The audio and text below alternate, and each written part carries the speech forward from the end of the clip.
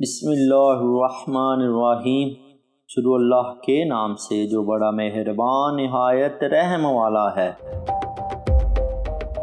ابلیس کی نسل کی ابتدا جس جن سے ہوئی اس کا نام تارانوس کہا جاتا ہے۔ تارانوس ابلیس سے 1,44,000 سال قبل دنیا پہ موجود تھا۔ تارانوس کی نسل تیزی سے بڑھی کیونکہ ان پہ موت طاری نہیں ہوتی تھی اور نہ بیماری لگتی تھی۔ البتہ یہ چونکہ آتشی مخلوق تھی تو سرکشی بدرجہ عدم موجود تھی۔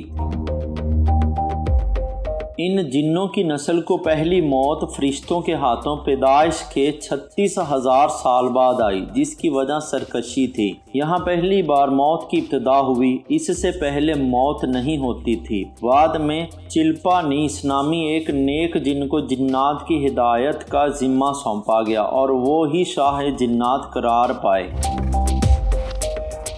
اس کے بعد ہاموس کو یہ ذمہ داری دی گئی۔ ہاموس کے دور میں ہی چلیپا اور تبلیس کی پیدائش ہوئی۔ یہ دونوں اپنے وقت کے بے حد بہادر جنات تھے اور ان کی قوم نے چلیپا کو شاشین کا لقب اس کے شیر کے جیسے سر کی وجہ سے دیا۔ ان دونوں جنات کی وجہ سے ساری قوم کہنے لگ گئی کہ ہمیں اس وقت تک کوئی نہیں ہرا سکتا جب تک شاشین اور تبلیس ہمارے درمیان موجود ہیں۔ ان دونوں کی وجہ سے قوم کے جنات آسمان تک رسائی کرنے لگے اور تیسرے آسمان پر جا کر شرارت کر آتے تھے۔ ایسے میں حکم الہی سے فرشتوں نے ان پر حملہ کیا اور عبرتناک شکست دی۔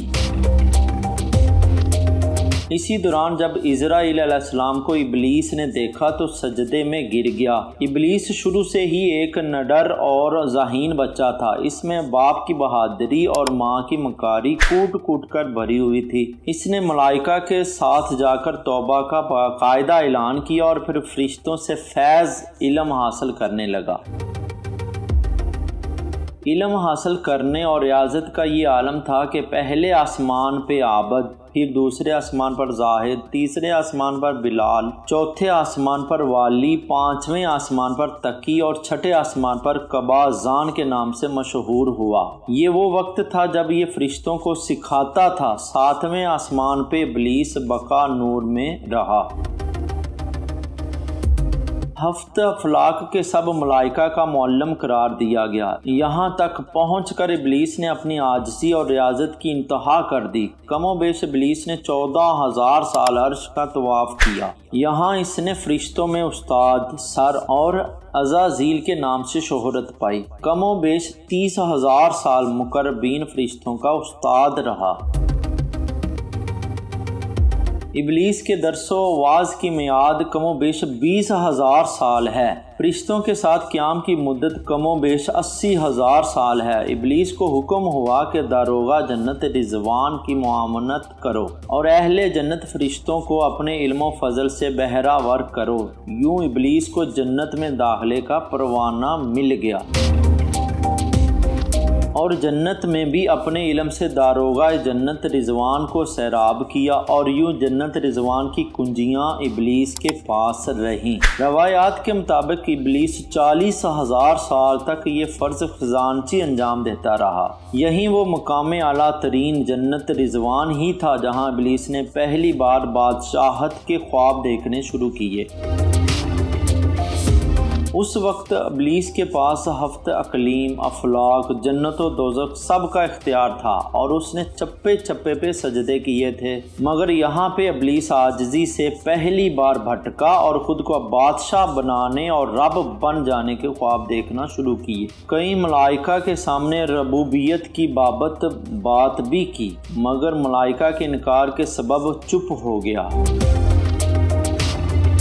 اور یوں نظام چلتا رہا، مگر اس سب سے اللہ تعالیٰ کی ذات بے خبر نہ تھی۔ پھر آدم علیہ السلام کی تخلیق کا مرحلہ آیا۔ جیسے قرآن مجید میں واقعات بیان ہوئے ہیں، ابلیس آدم علیہ السلام کو جزو مرحلہ وار مختلف اقسام کی مٹی سے تخلیق ہوتا دیکھتا رہا اور چپ رہا، مگر جیسے ہی اسے یہ معلوم ہوا کہ یہ آدم علیہ السلام اللہ تعالیٰ کا نائب ہے تو اس نے واویلا کیا، عبادات اور اطاعت کا واسطہ دیا، پھر طنز کیا کہ مجھ جتنی عبادت کس نے کی ہے، اور آدم علیہ السلام کو سجدہ کرنے سے انکاری ہوا۔ تب اللہ تعالیٰ نے کہا نکل جا شیطان مردود۔ لعنتی قرار پانے کے بعد ابلیس نے اپنی عبادات اور ریاضت کا رب کریم سے عوض مانگا، جس پر اللہ تعالیٰ نے ابلیس کو ایک وقت معلوم تک مہلت فراہم کی، جس پر ابلیس نے اولاد آدم کو صراط مستقیم سے بھٹکا کر اپنا پیروکار بنانے کا دعویٰ کیا، جس پر رب کریم نے فرمایا جو متقی اور پرہیزگار ہوں گے تو ان کو گمراہ نہیں کر پائے گا۔ ابلیس کے اس لعنتی کام میں اس کے 5 ساتھی ہیں۔ نمبر 1، صبر۔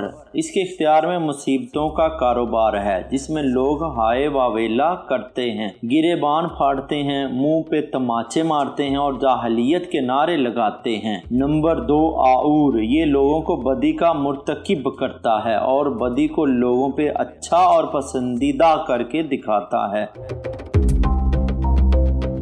نمبر 3، مصوت۔ یہ کذب، جھوٹ اور دروغ پہ مامور ہے، جسے لوگ کان لگا کر سنیں۔ یہ انسانوں کی شکل اپنا کر ان سے ملتا ہے اور انہیں فساد برپا کرنے کی جھوٹی خبریں سناتا ہے۔ نمبر 4، داسم۔